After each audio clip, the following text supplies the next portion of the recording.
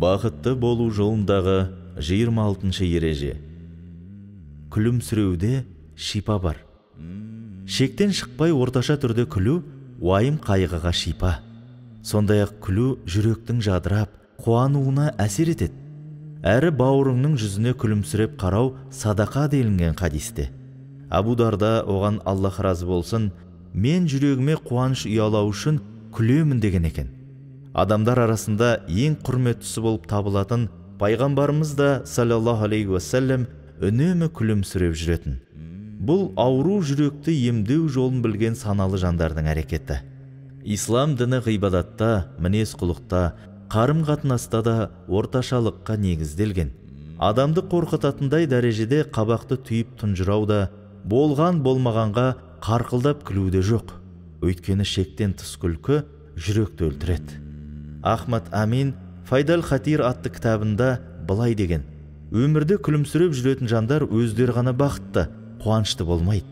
Бәлкім олар жауапкершілікті атқаруда, қиындықты жеңуде, өздері үшін де, өзгелер үшін де пайдалы істерді атқаруда ең лайықты, шамасы жететін жандар болып келеді.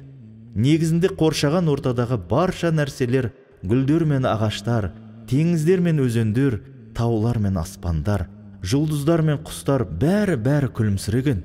Тіпті адам баласының өзі де күлімсіреген. Бірақ дәмелену, жауыздық, өзімшілдік тәрізді нәрселер оны тұйықтандырып жібереді.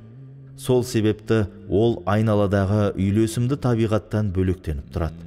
Болмысы тұйық адамдар табиғаттың сұлулығын көре алмайды. Өйткені әрбір адам табиғатты көңіл көзі, ой санасы арқылы көреді. Егер көңілі, ой өрісі таза болса, оның дүниені көрер көзілдіргінің таза болғаны.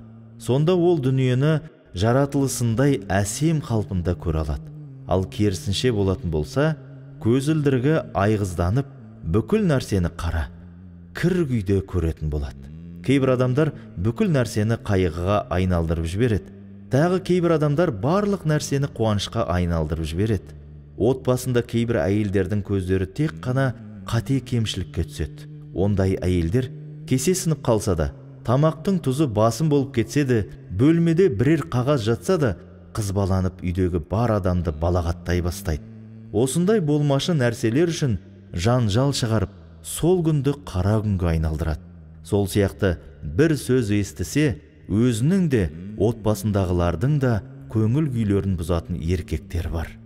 Олар естіген бір ауыз сөздерін жамандыққа жориды, немесе зиянға ұшырайды, немесе пайда ойлағанындай болмайды.